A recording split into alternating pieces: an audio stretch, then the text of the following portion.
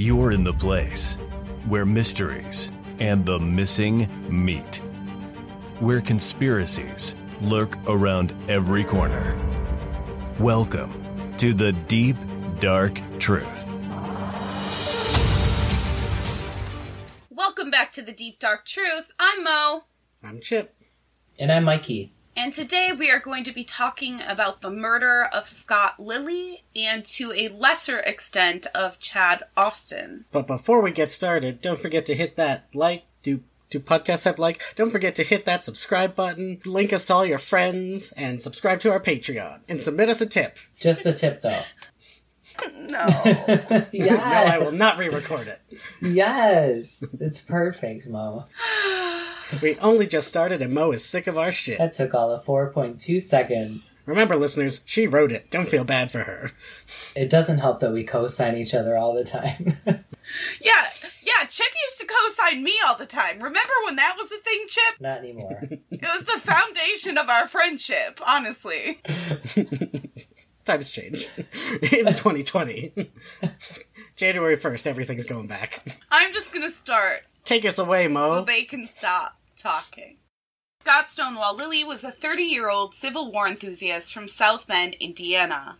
In the summer of 2011, he was section hiking the Appalachian Trail from Maryland to Georgia, and along the way was stopping to visit Civil War sites and battlefields, earning him his trail name, Stonewall, after Stonewall Jackson, a badge of honor for any hiker and one that is usually given to you rather than you choosing it. For example, my husband is Trail Jesus. I'm not lying. Not a lie. Can't confirm. Scott's pastor, Craig Clapper, was and remains an avid hiker of the AT with 20-plus years of experience. He believed that Scott would benefit from the trail, which often provides hikers with clarity and self-reflection. His sister Allison, who has been an advocate for finding Scott the justice he deserves, said that Scott was, quote, living out a dream by traveling the Appalachian Trail and visiting Civil War battlefields, unquote. But at the end of July 2011, Scott checked in with his mother while in the area surrounding the Priest, a mountain in Nelson County, Virginia, which crosses the AT. The Priest is a 1 to 2 day hike from where Scott's body would eventually be found. And July 31st, 2011 was the last confirmed reporting of Scott while alive. On August 12, 2011, Scott's body was found by fellow hikers partially buried in a shallow grave approximately 1/2 of a mile off of the Appalachian Trail near Cow Camp Gap Shelter in the George Washington National Forest. Investigators describe Scott's body as being buried not by natural forces, but as if someone had purposefully tried to conceal him. His cause of death was ruled asphyxia by suffocation, and he had likely been deceased somewhere in the ballpark of 10 to 12 days before being discovered. I want to take a moment to clarify any confusion for those who may not be familiar with the practices of hiking, but especially long-distance hiking. I've seen a few comments wondering why Scott would have strayed off of the main trail, being the Appalachian Trail, and speculating that he may have been forced off the trail to the tune of the Delphi murders, but it's very common practice to take side trails to reach various points of interest and places that simply just have a good view. The side trail that he was on would have led him to the Cow Camp Gap Shelter, which is where he was perhaps planning to bunk down for the night, as it was a very common spot for thru hikers. So while that speculation can't completely be discredited, there is a perfectly logical explanation as to why Scott went off the AT. Several items had been moved from Scott's possession, but authorities had not released if they believed that robbery was a motivation for the murder. Michael Morehart, an FBI special agent, described to the press several items that had been with Scott at the time of his death, such as a blue/purple backpack, a propane camp stove, and a handheld Nintendo game. Other items that were on his physical body were a pair of size 10 brown and orange Ozark Trail hiking shoes. Police are interested in speaking with anyone who may have seen any of those items on the trail, but Morehart also commented that over 100 pieces of evidence have been collected and were being analyzed, and that 270 miles of trail had been searched. But nothing else has been found to help Scott's case. It's unusual that someone would have been murdered in the area. There have been a couple different incidents within the George Washington National Forest, which we'll get to in a second, but the place that Scott was killed, the very specific place, Cow Camp Gap, is one of the more popular designations on the trail because there's a spring in the area. So through hikers and section hikers that need to refill their water bottles would often stop in the area, perhaps sleep at Cow Camp Gap shelter. And it's mind-boggling that the person who killed Scott managed to get away with this in this public area. It's such a risky way of killing someone. So this is a highly trafficked area, relatively speaking. Yes. Cow Camp Gap, it's a couple miles hike to the specific area. So it's for more experienced hikers. That being said, this is the season from spring until late summer where people are hiking the entirety of the AT. There's also a lot of day hikers in addition to section hikers that are just hiking 10 to 15 miles throughout the day to go see certain scenic outlooks. How big is this camp shelter? Like, I want to picture it. Like, how large are we speaking? Like, do multiple people stay there? Like it's an inn kind of thing? So most of the shelters, when we say shelter in regards to the AT or the PCT or other very long national trails, what we're talking about is basically a very large chicken coop that doesn't have doors. That is the only way that I could possibly describe it. I don't understand hiking, people. Yes. A couple walls and a roof. Not all the walls. So there is a picnic area. Like I said, it's basically an overly large chicken coop. Probably 10 people can sleep in it, very close together, in sleeping bags. There is a picnic area. There is a bonfire area. So these kinds of places, people will congregate at them because there is a ready-made bonfire.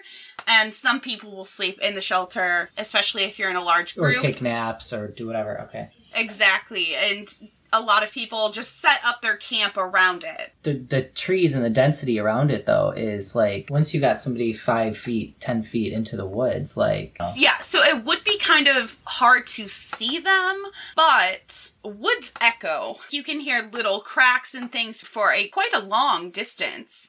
My thing isn't that somebody was able to murder someone out in the woods. It's more that nobody heard. If anybody's been to a national park or on national trail systems, you know that you can't go very long without seeing other hikers. The hiking community, you kind of stick with people as you hike. So depending on your pace, you might run into somebody a few times. You might end up being around a certain group of hikers for the majority of your hike, and you make friends with other hikers where you're like, oh, well, I wanted to go slower today. I'm going to hike with you, and you make friends. There is a $10,000 reward from the FBI leading to the arrest and conviction of Scott's killer. So far, 83 hikers have been interviewed in relation to the murder. However, no evidence has been found. No one's been arrested for the crime. And of those 83, they're very likely to be people that were just in contact with Scott, had seen them on the trail, and had been found and interviewed by the FBI. But they refused to comment on whether or not those people were considered suspects. So let's discuss some of the theories and speculation associated with this case. So theories on why Scott was murdered, as you could probably guess, are speculated in all corners of the internet, but especially in hiking forums and on Reddit, public forums like that. One of those theories is to the tune, as I mentioned earlier, of the Delphi murders, saying that perhaps Scott was forced off the trail or forced away from the shelter somehow. Maybe he was already at the shelter and was forced to walk away from it for some reason. Another is that Scott was murdered for his gear. This theory obviously makes sense because so many of his things were taken. Right. Backpack, shoes. And a man alone on the Appalachian Trail with no ways of self-defense, depending on whether or not he had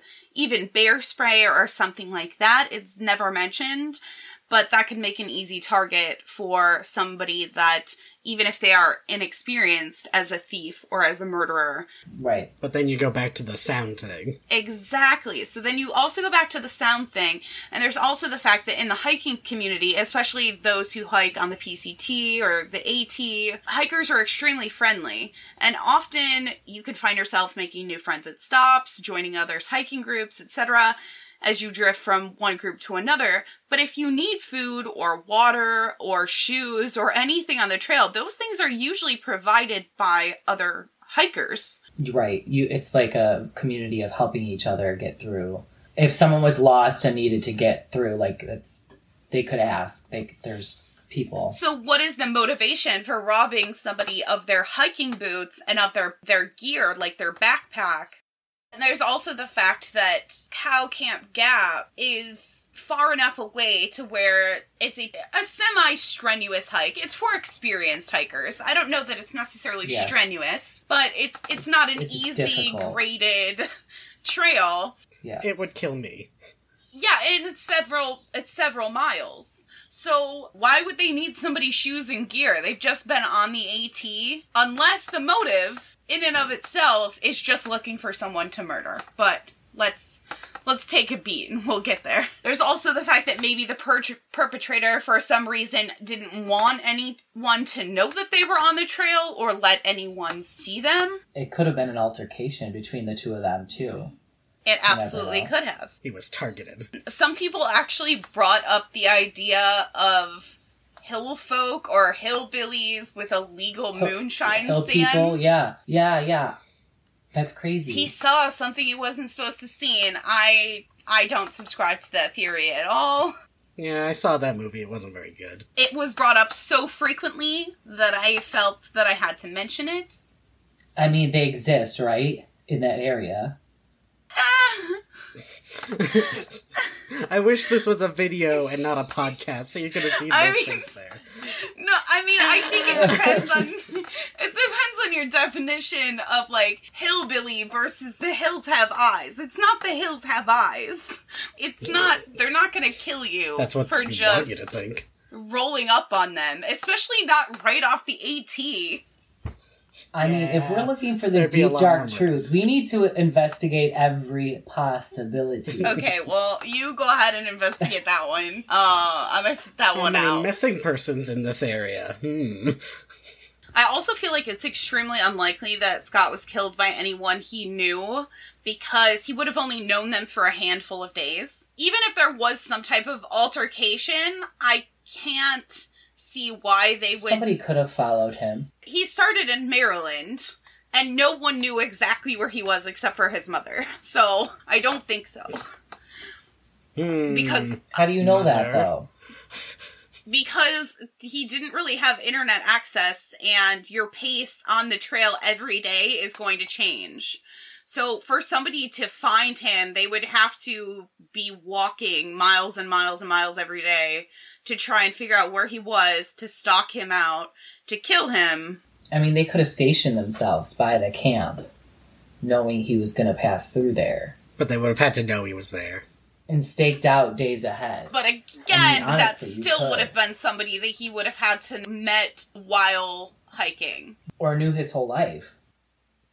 I think it's very unlikely, just based on what I know of him. Just throwing things out there. Yeah, and based on the fact that he's from Indiana, so the issue with that is that not that many people in the hiking community seem to know about the case. So people that were, immediately in front of him and behind him, they're most likely to know, well, really behind him. Because if you're thinking about it, most people that hike the AT are traversing around 20 miles per day. I think it's actually the average is 16.9 or something. So they're walking. You're in another county in 2 days. And it's not like you're consistently checking your phone or anything to get the news. Not to mention everyone hikes at a different pace. That's true. So this is a comment that was posted underneath an article about Scott Lilly on nationalparkstraveler.org.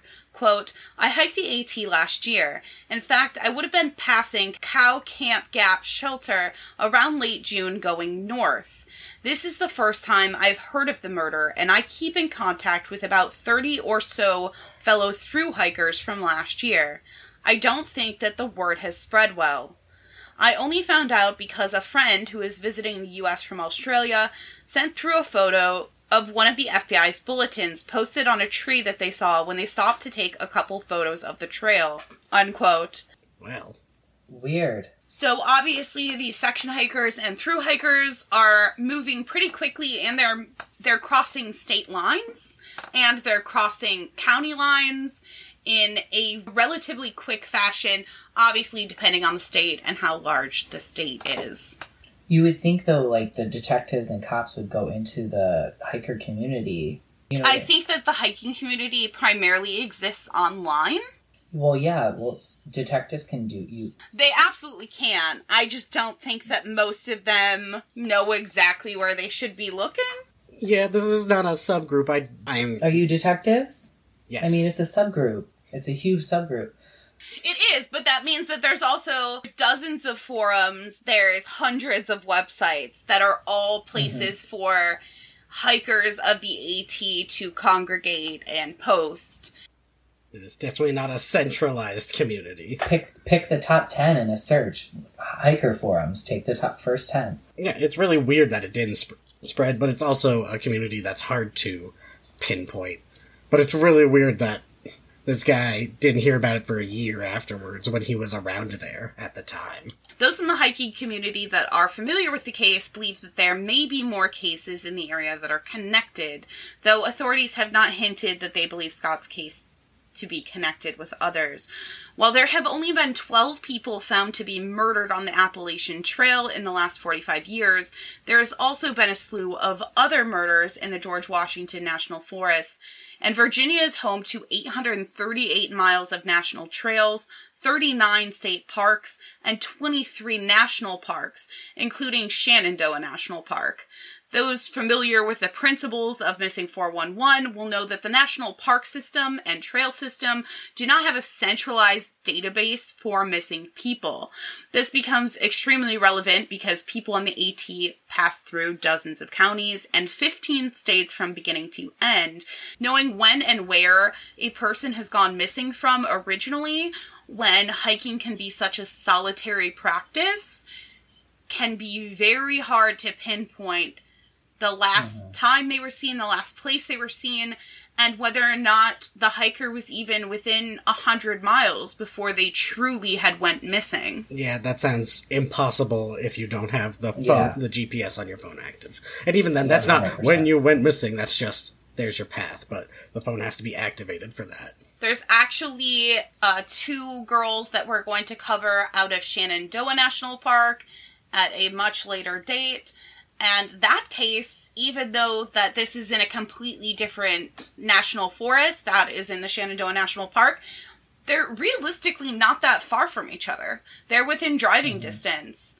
And so then you have the question of if this was possibly someone local that was just looking for opportunity or really just looking to kill for some reason, that it wouldn't be that hard for them to hike a few miles and wait, and repeatedly do it over the course of many different national forests and national parks, etc., without anyone realizing that the cases are connected. In fact, there's been serial killers in the area before. The Route 29 serial killer, Mark Ivanitz, was a serial killer active from 1996 to 2002, and he was somewhat in that area. There's also been an unusually high number of cases involving young women disappearing along Route 29 from 2009 to 2014, which has added to some fears of lone hikers, especially lone hikers that are female in that area. So this isn't a completely foreign concept. It's Right. just a matter of not having the information to know is there or isn't there. But there is a case that is kind of similar to Scott's that I want to bring up, and that is the case of Chad Austin. So I don't believe that these cases are in any way connected based on information that has been released in the last 2 months, but they do have a lot of similarities, and I feel like Chad should also be included as his case is also yet to be solved. But like Scott, it can likely be solved through witness accounts of hikers in relatively the same area. So Chad was also 30 years old. Chad had went missing in May of 2019, and then he was found in March of 2020. Only a few miles from where Scott's body was found, and Chad's skeletal remains were collected from the trails. Chad's case is actually what brought Scott's case to my attention, because Chad had been missing and was found during quarantine. So there was just a passing glance in the news that I saw that then grabbed my attention, but there was a little bit more information on Scott's case than Chad's. At the time he went missing, Chad's dog was found locked in his car nearby. During the search that week, a set of Chad's keys had been found and other personal items on the road not far from his abandoned car. Chad's wallet was then found months later near where he vanished, but the wallet wasn't weathered, which led police to believe that it had been planted. It even had all of his IDs still inside of it. What the fuck? So he essentially abandoned his car. Was he known to be a hiker? His dog was left in his car, so clearly his plan was not to go hiking at that moment. So Chad was from the area, so there was speculation that maybe he saw something off the side of the road. I've even seen speculation that maybe he just got out of the car to pee in the woods.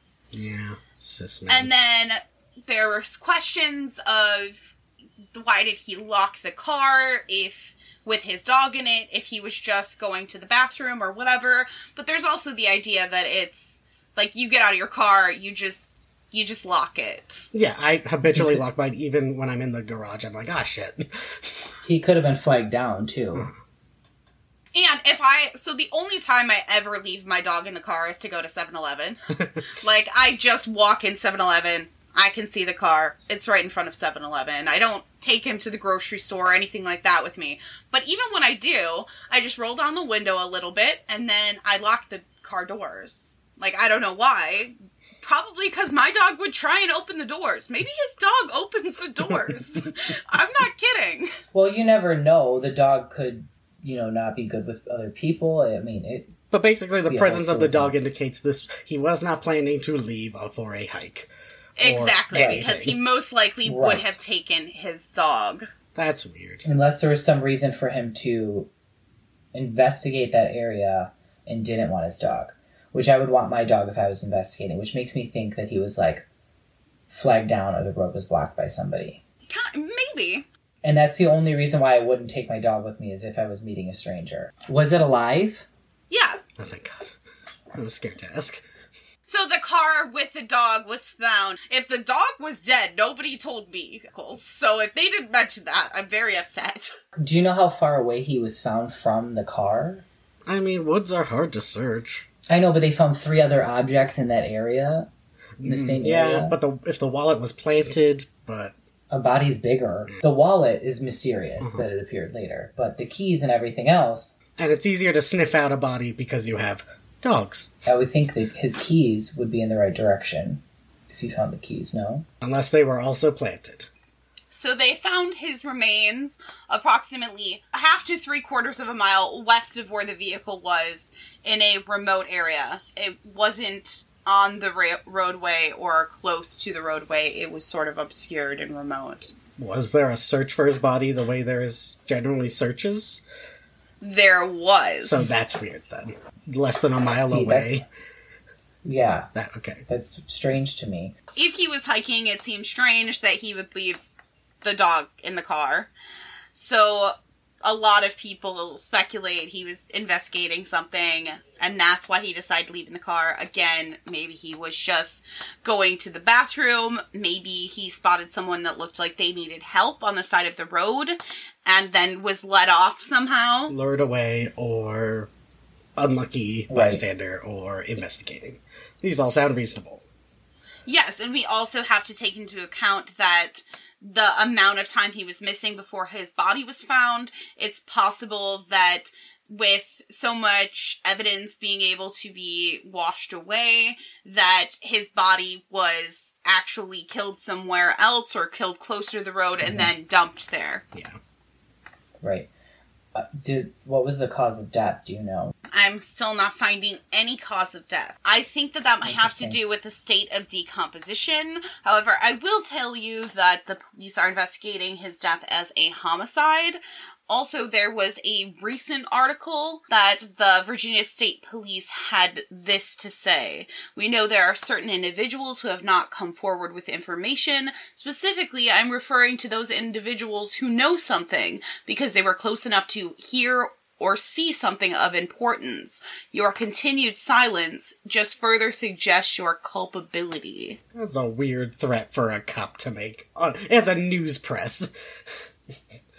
I have a feeling that both Scott's case and Chad's case, that some hikers, some people in the area had to have witnessed something, whether or not they realized that how relevant it is and what happened, especially when you're dealing with strangers that are just out hiking. The chances of you distinctly remembering somebody you just saw in passing a trail aren't that high to me unless you find out relatively quickly after that that person has died. Yeah. Then it'll be relatively easy to put the pieces together. But if that person isn't declared missing for a while, or in this case so much time has passed, they might not have realized that they've seen anything, or the police could be pressing because they have a theory and do not have enough evidence to support it yet. That's what I'm thinking, yeah. They just don't have evidence. So this is a little side note. I went down this rabbit hole because I was investigating Chad Austin. When I had heard the serial killer theory, I wanted to kind of investigate if there were any other people in the area, which brought me to Scott Lilly. And I happened upon this post on Reddit, and a user, Not Bloody Likely, posted on Reddit that he had found an abandoned campsite at the top of Mount Pleasant. This is again in the general vicinity of both Chad and Scott's bodies. It contained food, socks, a t-shirt, and a sleeping bag. There were no identifying objects such as a phone or ID, and no unidentified cars that were in the parking lot at the time. The tent had been waterlogged and showed signs of exposure, but the food was found fresh enough to make it seem like the camp had been abandoned in the last week or two to this Reddit user. They contacted the state police and found that there was no missing person in the state that matched the profile of the items that were found at the campsite. And this then brings us back again to through hikers and section hikers on the AT, and whether or not somebody maybe went missing from a different state, or they were reported missing somewhere, and really they went missing somewhere completely different on the trail, because you can go so long without being able to contact friends and family just through not being able to get service or not seeing a town for 6 days. Right. So not incredibly linked. Nothing ever came of that post that I can tell. It was posted like a year ago, but worth mentioning when we talk about theories that are brought up by people on the internet, of course. Right. Okay, here's something completely weird. Quote, police have also confirmed, through text messages on Austin's phone, that in the days leading to his disappearance and death, he believed he would soon be confronted by a group of people determined to settle a disagreement with him. Unquote. Dramatic voice added by me. Nice dramatic voice, Chip. So, that's weird. My question then becomes, if you see somebody on the side of the road that you know you've had a disagreement with, you are not stopping and you're not leaving your dog on the side of the road. Nope. It doesn't appear that he was forced off the road in any way. Right. Lord, not. And it doesn't seem like there was any damage to the vehicle, any damage to anything in the vehicle that could lead us to assume that he was forcibly stopped. The wallet going back, though, and not being weathered is what does it for me. It's in, like, every article. Yeah. It seems like it's somebody he knew. That's what that makes me believe. To me, it doesn't necessarily mean that he knew them. For me, somebody could have taken it for a trophy. Also, if his body was transplanted, perhaps they had the wallet with them for a period of time, took his wallet as if to rob him, came back for the body later, and transplanted it, and then tossed the wallet on him. Yeah, it sounds like either amateur murderer who puts the evidence back, not realizing that's stupid because he thinks it'll lead them in the wrong direction, or someone completely unrelated found this wallet and was like, oh fuck, nope, I'm putting it back where I found it. Or they're feeling guilty and they want it wrapped up and put behind them, so they put it back. Even the possibility that maybe the wallet was under his body for a period of time, protecting it from a lot of different elements, and then perhaps as time went on and decomposition happened, animals in some way moved it or moved other things around the crime scene. The problem with any of these deaths in the wilderness is trying to figure out how much the environment, not just weather, goes into the deterioration, how much animals go into the deterioration of the actual body, but also just moving things around. Yeah, this is my tasty snack. Oh, I got scared by something. Yeah, or just, what's this? Well, that didn't taste good. That doesn't, I don't think this is food. This sucked. Yeah. Since I did the preliminary research for this case, Chad's birthday has since passed, and for his birthday, the police released some new information. Thursday would have been Chad's birthday, and one day ahead of that, state police divulged some new details in the case. Among them were 2 knives belonging to Chad were found in the area in open position, and there was signs of a struggle. So no sign of struggle with the car, but then after, out in the dirt. Police also go on to say that one person committed the murder. Well, but I know they're not allowed to it. give us all their evidence, but that, I want to know why they think that. That's very specific. Yeah.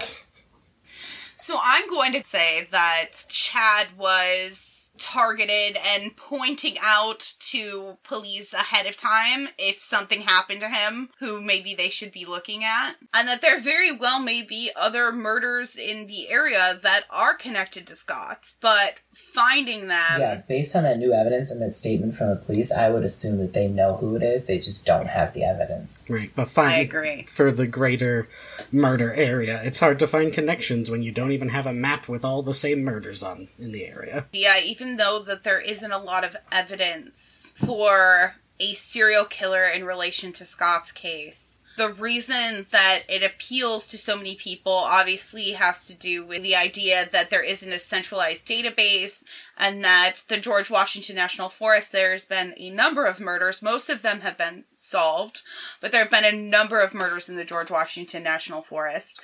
And even though there's only been X amount of murders on the AT, that doesn't take into account all the areas surrounding the AT. So I don't know if that's up to a mile off the AT, if you have to be on a side trail, but I know that it's not accounting for other ones in the George Washington National Forest. So what else isn't being accounted for? But also the true crime community has a boner for serial killers, so...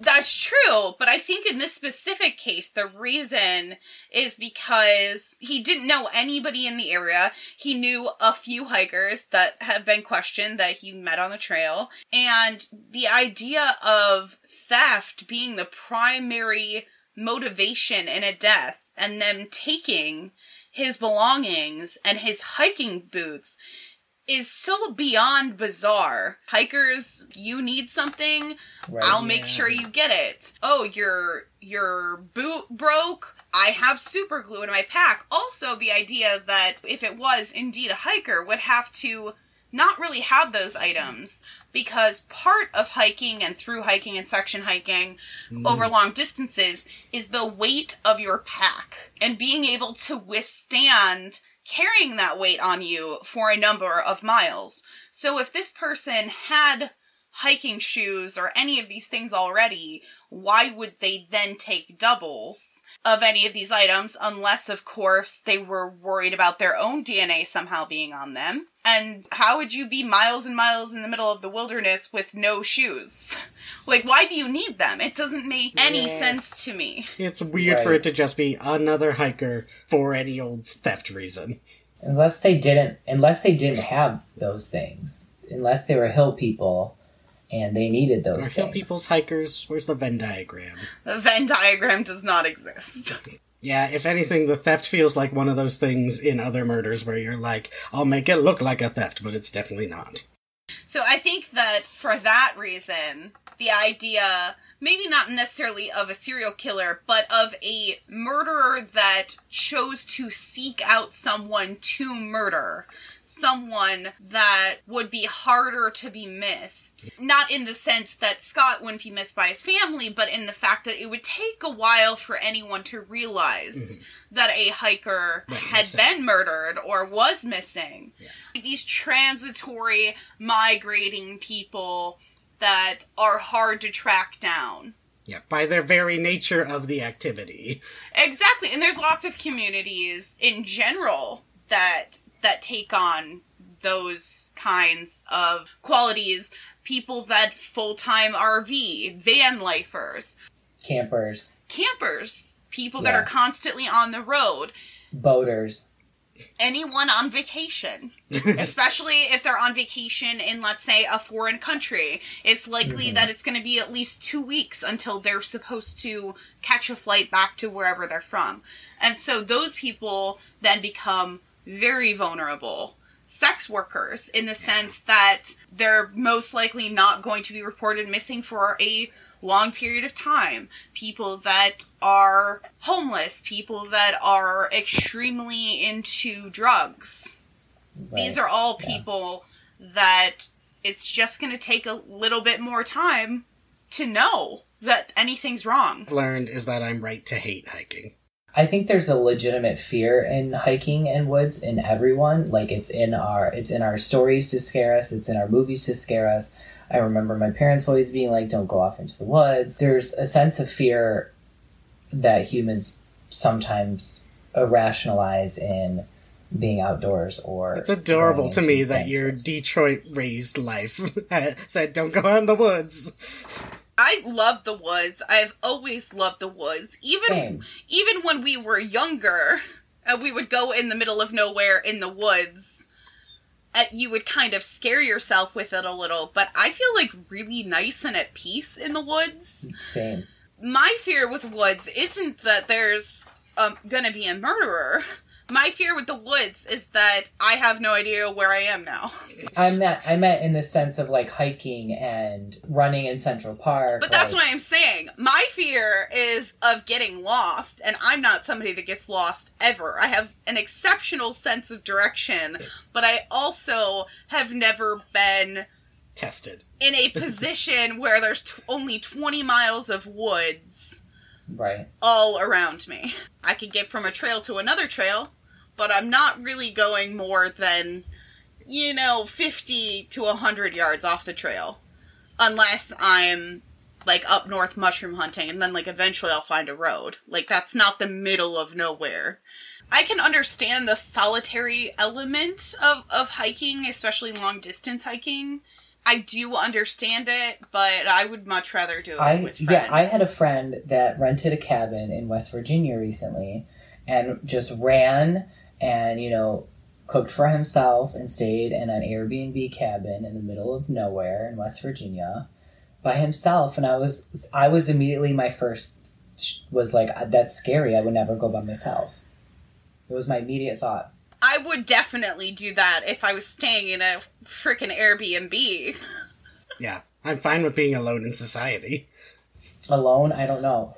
I mean, I'm not saying that I wouldn't, but I'm just saying there's a fear factor in there. Like, I would have to overcome it. If you have information concerning the murder of Scott Lilly, please call the FBI tip line at 800-261-9999. 1044. If you believe you may have information in regards to Chad Austin, please contact the Virginia State Police at 800-542-5959. That's all for today. We'll see you next time. I'm Mo. I'm Chip. And I'm Mikey. Beware the woods. You just listened to the Deep Dark Truth Podcast. See you next time. And remember, your local cryptids want to meet you.